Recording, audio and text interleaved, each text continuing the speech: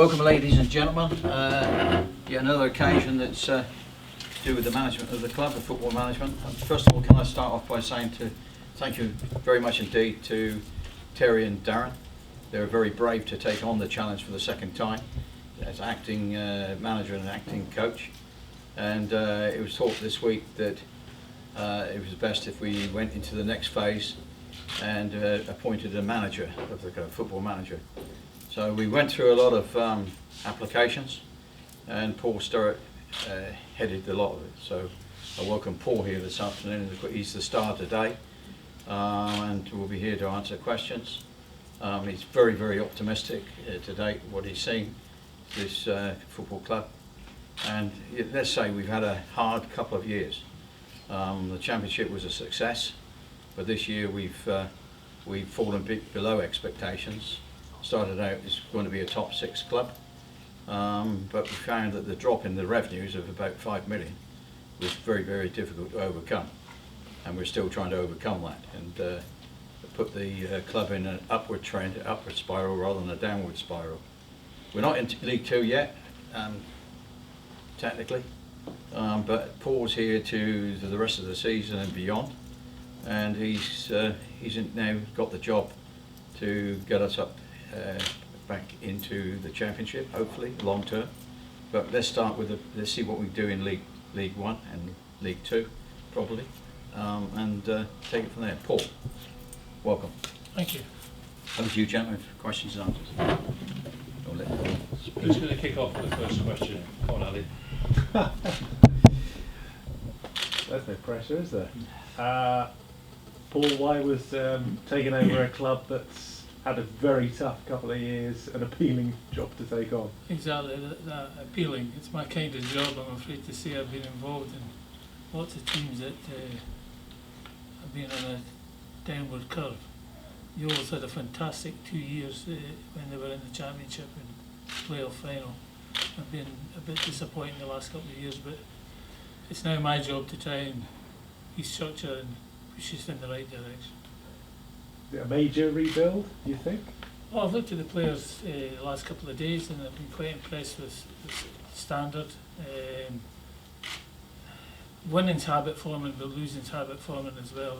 There's a lot of young laddies out there that are lacking confidence. Hopefully over the next 3 or 4 games I'll maybe have a look at quite a few of them and enable me to decide which ones will take on to the Division 2 and which ones will move on. Whether it's been Plymouth or Swindon, what's been a secret to getting out of these bottom couple of divisions? Hard work, commitment, attitude, and that's about it, I think. And in terms of your staff, Terry and Darren, will they be sticking around Yeah, I'm very in the pleased. long term? It's important, you know, the people that are committed to this football club and and love this football club in a way. You know, it's important to have these kind of people around about me. You know, it's going to be a lot easier having those two, you know, involved every day, and you know how it's been run in the past. I'll just tweak it a wee bit now and then. What have you said to Terry and Darren so far? I imagine you've had meetings with them. Said hello. Yes, I've had several meetings with them. You know, and they were a wee bit worried about things, but the chairman and I discussed it with them, and they've been quite happy to push on. They're totally committed to the cause, totally committed to Yeovil, and it's important that you have these types of people in the background. Do you have any kind of figure for how much of the squad you're looking to change for next season, i.e. 100%, 50%, 5% of the squad? Do you have any idea in mind? 2 days I can't really turn that into percentages yet. You know, I haven't had a game yet, so until I have a game and peruse the whole squad.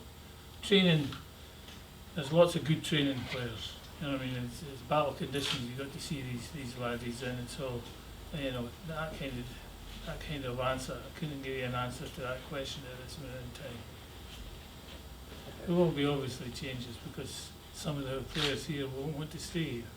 That's an obvious scenario as it happens in any football club as well.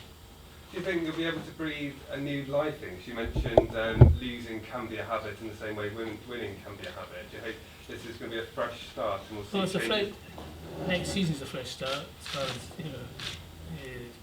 putting my philosophy of football into these players, into the style of play and the system of play. So, that's something we're going to push on and do. But the important thing is that I think it was the right time to make the change, for the simple reason it gives me an opportunity for 5 games to assess the whole squad, which makes it far easier for me to dismantle and restructure at the right time of the season when people are looking for jobs. And obviously there's big development plans that I know the chairman's very involved in. Have you had a chance to discuss anything like that in terms of the club getting big? The chairman mentioned it, it looks very impressive.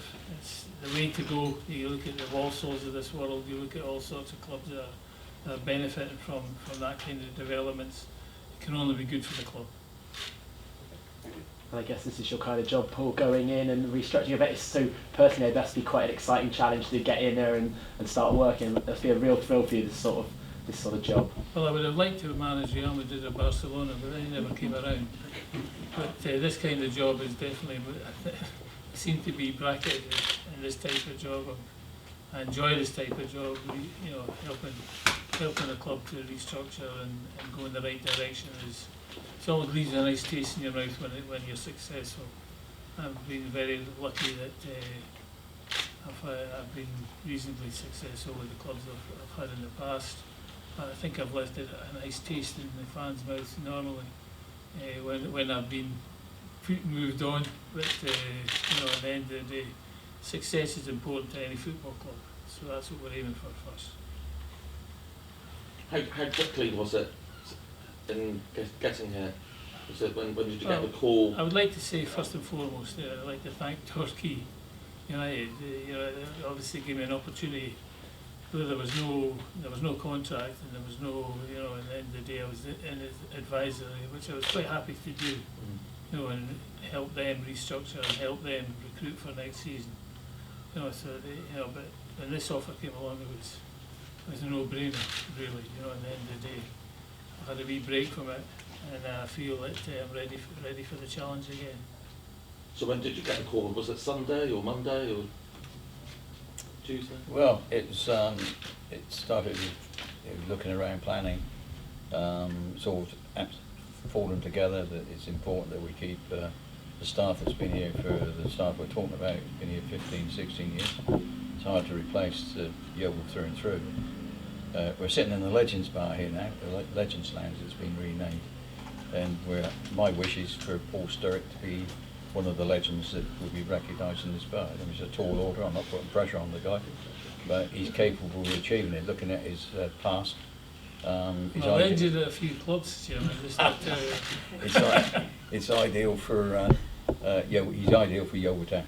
He lives in the southwest, and the southwest knows Paul Sturrock, and we're going to give him a good chance and a good shot at this. But you have to remember that in football at the moment, with the financial fair play rules and the loan rules and so forth, it is tough.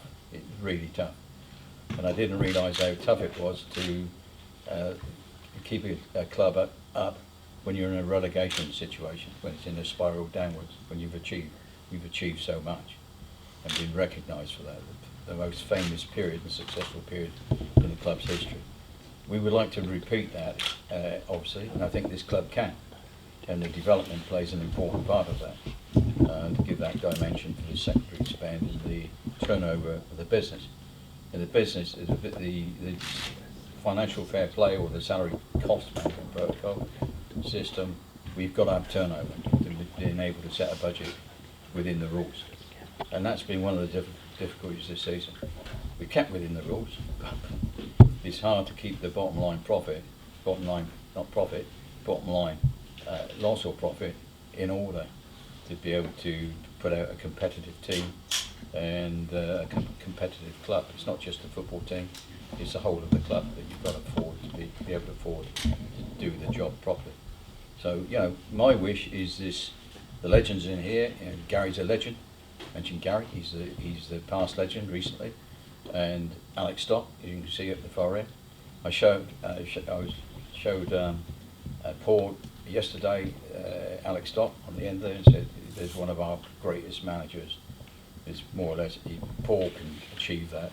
This club's got the same determination and commitment it's had over the last 15, 20 years. Particularly the 15 years that Terry Skimmett has been captain, player, captain, coach, manager, and what he's done for this football club. So it's, we're known to be a loyal club to our managers and to our coaches. Sometimes maybe too loyal when the results are going against you, but that's how we operate. 2 days. Thank you.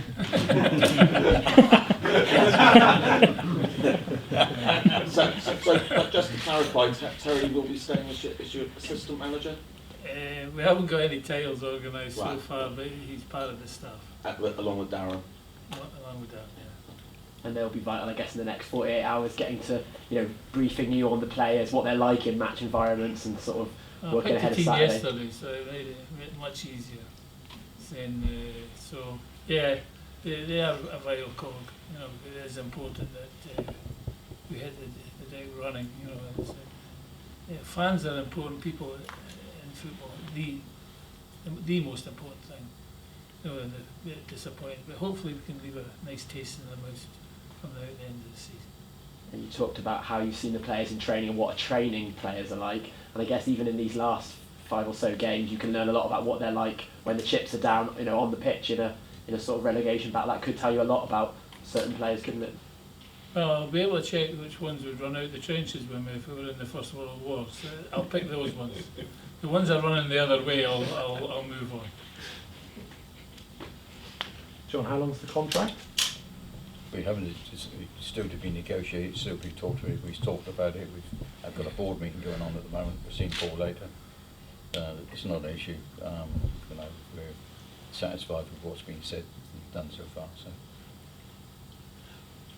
Mr. Floyd, going back to the development of the side, are those plans having to go on the back burner a bit at the moment while we perhaps concentrate more on the football side of things? Not really, because if you know anything about planning applications, it takes a very long time.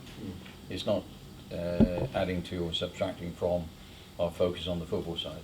The plans are being paid for separately from the Yeovil Town Football Club accounts and company, and that's the way it will be until we get to a particular stage.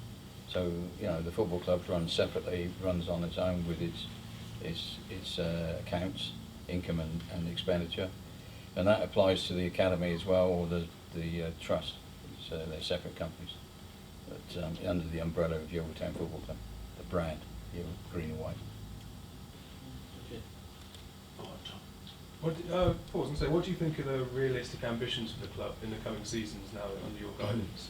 Well, I think the important thing is we steady the ship. I think that's the first thing we've got to do, and then we've got to have goals. The board, the chairman, the board, myself, I'm sure we'll sit down and discuss all that.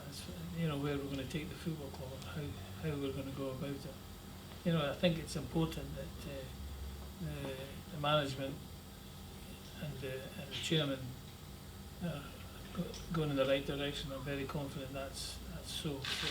I'm looking forward to getting my teeth into it. And you spoke about having no labels at the moment with yourself and Terry, but how will a new coaching setup work in practice on a match day? You'll be picking the team and Terry's working as your assistant essentially? I'll be picking the team. I'm saying I think that's an obvious scenario, but I'll be listening to opinions as well from my coaching staff, because sometimes you forget things, sometimes they come up with good ideas, and we are a team. At the end of the day, yes, I will select the side. I fall by that as well, so at the end of the day, that's normal. I've got a question. You normally have loads. I'm sure I've got one or two for you in a minute.